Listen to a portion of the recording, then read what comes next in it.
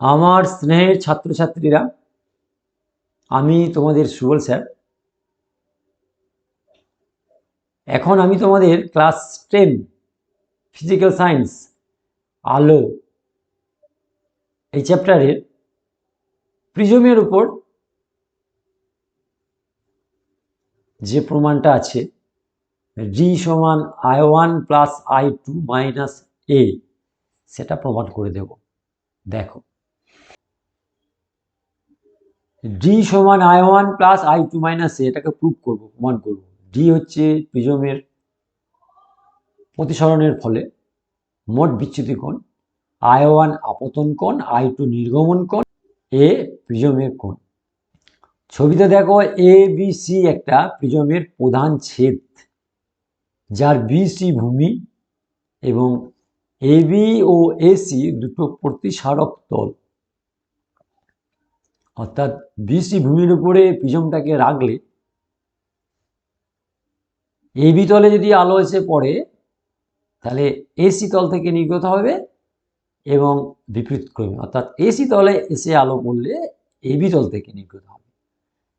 আমরা মনে করছি এই এবিসি প্রিজমটি কাঁচের তৈরি, যার পরম প্রতিসরাঙ্ক মিউ, এবং এই প্রিজমের চারিদিকের মাধ্যম হচ্ছে বায়ু। ঠিক আছে, তাহলে আমরা এবি প্রতিসরক তলে মনে করছি একটা আলোক রশ্মি এসে পড়ল। মনে করো একটা হলুদ বর্ণের আলোক রশ্মি এসে এবি প্রতিসরক তলের ওপর আপতিত হল। তাহলে এবি প্রতিসরক তলের বাঁ দিকে বায়ু, ডান দিকে কাঁচ। তো বায়ু আলোর ক্ষেত্রে শূন্য মাধ্যমে সমতুল্য, যার প্রতিসরাঙ্ক 1, আর কাঁচের প্রতিসরাঙ্ক অবশ্যই 1-এর থেকে বেশি। ঠিক আছে, কাঁচের পরম প্রতিসরাঙ্ক সাধারণত 1.5 হয়, তোমরা জানো। তাহলে কাঁচের পরম প্রতিসরাঙ্ক 1.5, বায়ুর প্রতিসরাঙ্ক 1-এর থেকে বেশি, অর্থাৎ আলো লঘু মাধ্যম থেকে এসে ঘন মাধ্যমে আপতিত হলো এবি প্রতিসরক তলে। তাহলে আমরা এই এবি প্রতিসরক তলের উপর যে বিন্দুতে আলোটা এসে পড়লো, সেখানে একটা অভিলম্ব টানব। মনে করলাম এই আপতন বিন্দুতে এইটা একটা অভিলম্ব। মনে করো আপতিত আলোর গতিটার হলো পি কিউ, অর্থাৎ এবি প্রতিসরক তলের উপর কিউ বিন্দুতে আপতিত হয়েছে, এবং কিউ বিন্দুতে একটা অভিলম্ব টানলাম এবি প্রতিসরক তলের উপরে বায়ু কাঁচ উভয় মাধ্যম বরাবর, তার নাম N1 কিউ ও। ঠিক আছে, আলোক রশ্মিটা যদি বায়ু থেকে কাঁচে আপতিত না হতো, তাহলে সেটা দিক পরিবর্তন না করে এইভাবে সোজা চলে যেত।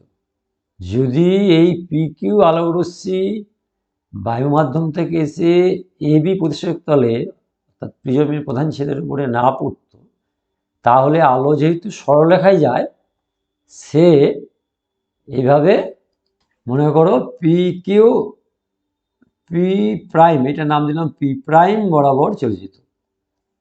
কিন্তু যেহেতু এবির ডান দিকে মাধ্যমটা কাঁচ, সেটা বায়ুর থেকে বেশি প্রতিসরণের মাধ্যম, অর্থাৎ লঘু মাধ্যম থেকে ঘন মাধ্যমে আলোর প্রতিসরণ ঘটল, তাহলে এখন এই কিউ বিন্দুতে আলোক রশ্মির গতিপথের পরিবর্তন হবে। অর্থাৎ এই কিউ বিন্দুতে আলোটা বেঁকে কোন দিকে বাঁকবে, লঘু থেকে ঘনতে আলোর প্রতিসরণ হলে অভিলম্বের দিকে বেঁকে আসে। দেখো এইটা অভিলম্ব N1 কিউ ও অভিলম্ব, তাহলে N1 ও অভিলম্বের দিকে আলোর রশ্মিটা বাঁকলো। ঠিক আছে, দিয়ে এসি প্রতিসরক তল, প্রিজমের অপর প্রতিসরক তল এসি, তার উপর একটা বিন্দুতে পড়ল। মনে করো এসি প্রতিসরক তলের উপরে আর বিন্দুতে আপতিত হলো। আর বিন্দুতে একটা এসি প্রতিসরক তলের উপর বায়ু কাঁচ উভয় মাধ্যম বরাবর অভিলম্ব টানলাম, এটা সেই অভিলম্বের নাম দিলাম মনে করো N2RO, ঠিক আছে। অর্থাৎ এবি প্রতিসরক তলের কিউ বিন্দুর উপর বায়ু কাঁচ উভয় মাধ্যম বরাবর N1Q অভিলম্ব এবং ডান দিকে প্রিজমের N2RO, এসি প্রতিসরক তলের উপর আর বিন্দুতে বায়ু কাঁচ উভয় মাধ্যম বরাবর N2RO অভিলম্ব, দুটো পরস্পর ও বিন্দুতে ছেদ করেছে, ঠিক আছে। তাহলে এবার দেখো আর বিন্দুতে প্রতিসরণের পর কি হবে, আর বিন্দুর বাঁ দিকে কাঁচ মাধ্যম, ডান দিকে বায়ু মাধ্যম, তাহলে এটা ঘন থেকে লঘুতে আলোর প্রতিসরণ ঘটবে। তাহলে আগে যেমন লঘু থেকে ঘন মাধ্যমে আলোর প্রতিসরণের জন্য প্রতিষ্ঠিত রশ্মিটা অভিলম্বের দিকে বেঁকে এসেছিল, এখন ঠিক উল্টো হবে। অর্থাৎ আর বিন্দুতে প্রতিসরণের পর আলোর রশ্মিটা কাঁচ থেকে বায়ুতে নির্গত হবে, অর্থাৎ ঘন মাধ্যম থেকে লঘু মাধ্যমে আলোর প্রতিসরণ ঘটবে। তার মানে প্রতিষ্ঠিত রশ্মিটা অভিলম্ব থেকে দূরে সরে আসবে। এ দেখো মনে করো আর বিন্দুতে প্রতিসরণের পর আলোক রশ্মিটা অভিলম্ব থেকে দূরে সরে এইদিকে গেল। যদি আর বিন্দুতে প্রতিসরণ না হতো তাহলে কিন্তু এই কিউ আর আপতিত আলোক রশ্মিটা আর বিন্দু থেকে না বেঁকে এইভাবে কিন্তু সোজা চলে যেত, কারণ আলো সরলরেখায় যায়, তাই না। আর বিন্দুতে প্রতিসরণের পরে যে প্রতিষ্ঠিত রশ্মি পেলাম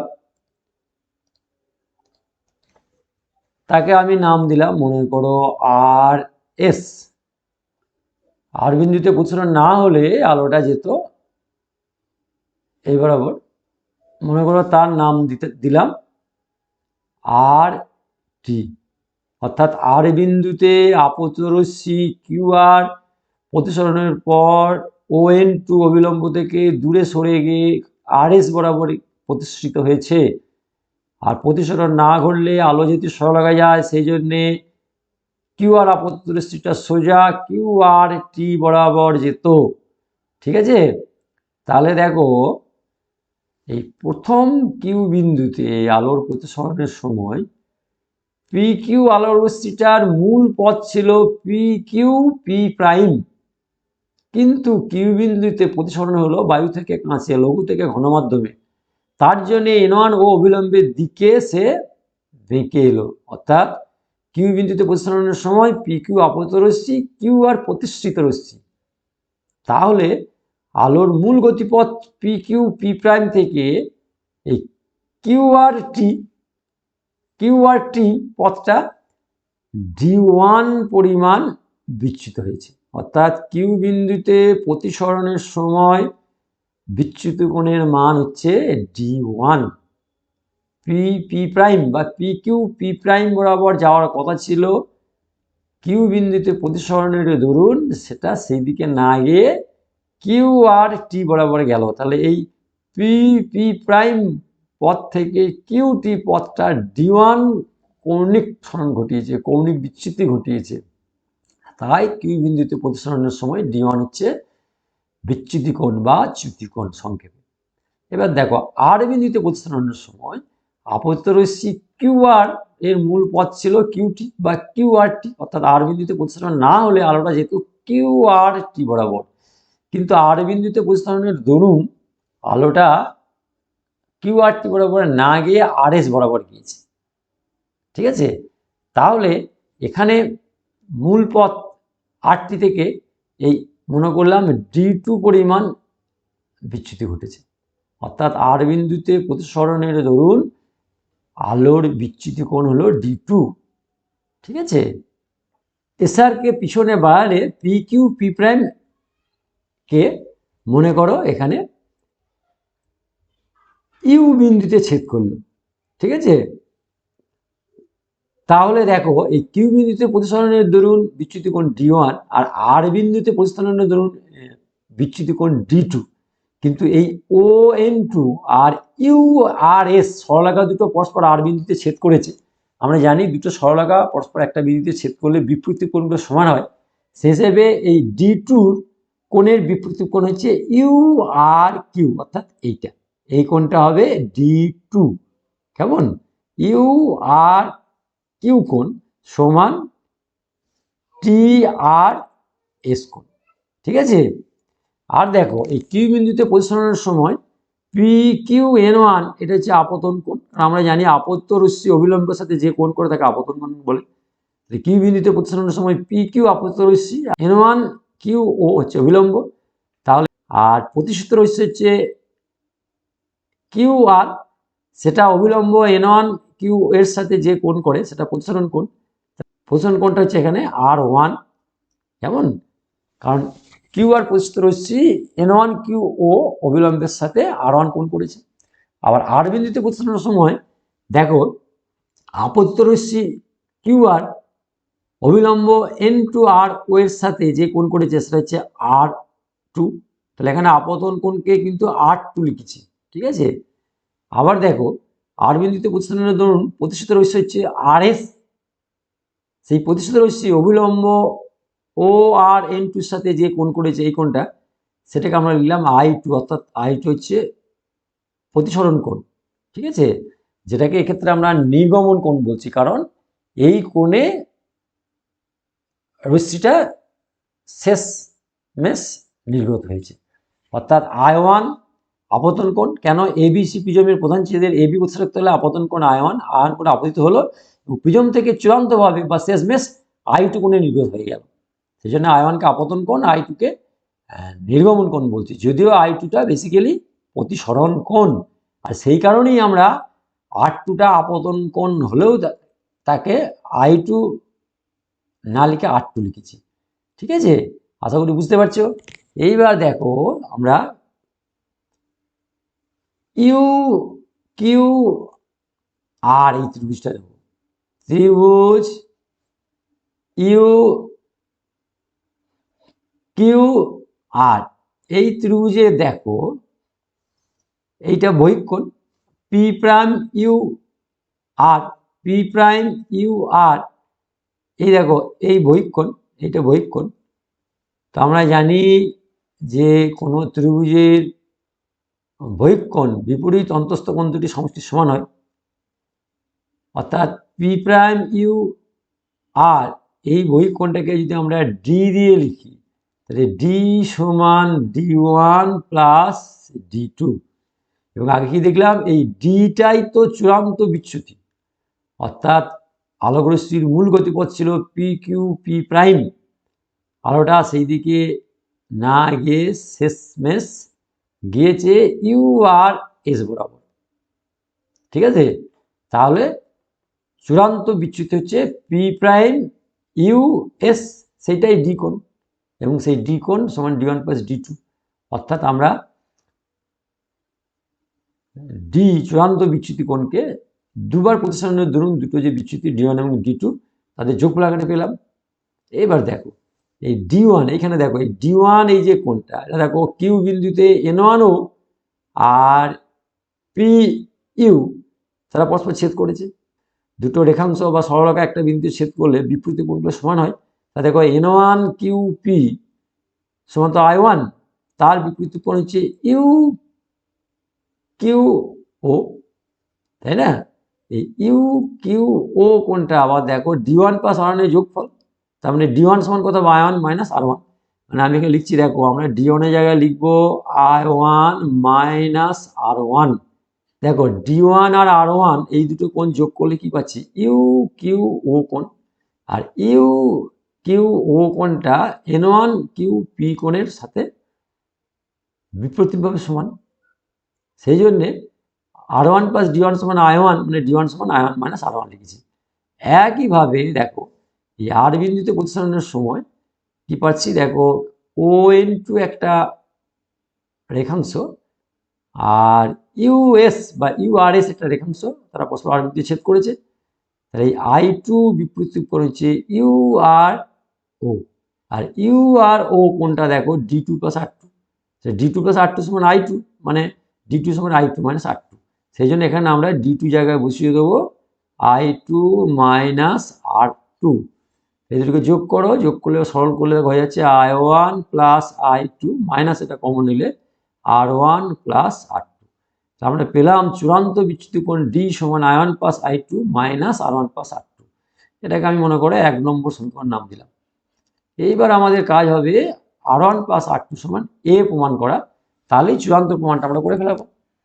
এবার দেখো এই এ কিউ ও আর চতুর্ভুজটা দেখো এ কিউ ও আর, এটাও এ কিউ ও আর, এই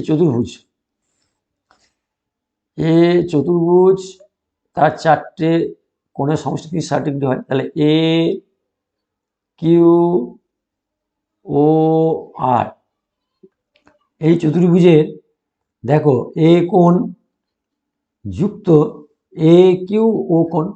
তো দেখো এ কিউ ও কোণটা 90 ডিগ্রি, কারণ কিউ বিন্দুতে N1 কিউ ও লম্ব, অভিলম্ব বা লম্ব। যেহেতু এ বি প্রতিষ্ঠায়ক তলের উপর কিউ বিন্দুতে N1 কিউ ও লম্ব, সেই জন্য এ কিউ ও কোণটা হবে 90 ডিগ্রি। তাহলে আগে লিখি এ কিউ ও যুক্ত কিউ ও আর মানে সংক্ষেপে ও কোণ, কিউ ও আর কোণ মানে ও কোণ যুক্ত ও আর এ কোণ।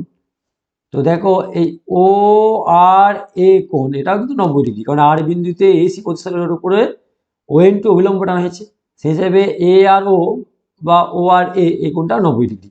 চতুর্ভুজের 4টে কোণ পেলাম, এই 4টে কোণের যোগফল হবে 360 ডিগ্রি। তার মধ্যে এই দেখো এইটা আমাদের 90 ডিগ্রি, এইটা 90 ডিগ্রি, অর্থাৎ এ কোণ প্লাস 90 ডিগ্রি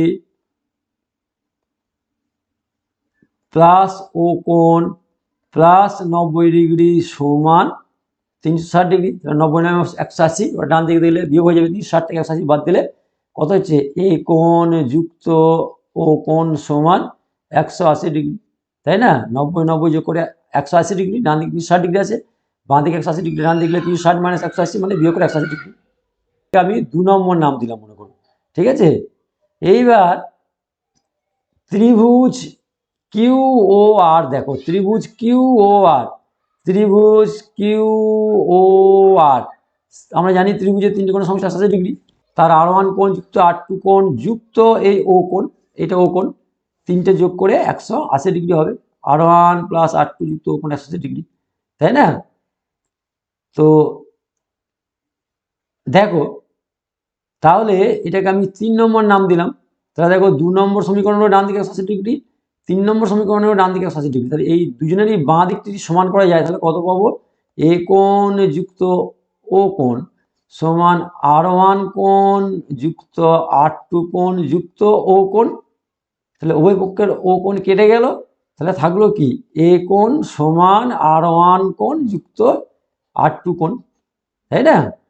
তো আমরা এটাকে কোণের চিহ্ন বাদ দিয়ে সাধারণত লিখি এ কোণ সমান R1 প্লাস R2 কোণটাকে। এই যে 4 নম্বরে পেলাম এ কোণ সমান R1 প্লাস R2 কোণ, সেটা এখানে বসিয়ে দাও আমাদের 1 নম্বরে। তাহলে 1 নম্বরে বসিয়ে দিলে কি পেয়ে যাচ্ছি দেখো ডি সমান I1 প্লাস I2 মাইনাস এ। ডি সমান I1 প্লাস I2 মাইনাস এ আমরা প্রমাণ করে ফেললাম যখন এ সমান R1 প্লাস R2। তাহলে এ সমান R1 প্লাস R2 এই প্রমাণটাও দেয় অনেক সময় আমাদের পরীক্ষাতে, আবার ডি সমান I1 প্লাস I2 মাইনাস এ এটাও আমাদের পরীক্ষাতে দেয়। তো সুন্দর করে ছবি এঁকে আমরা এটা প্রমাণ করে ফেললাম।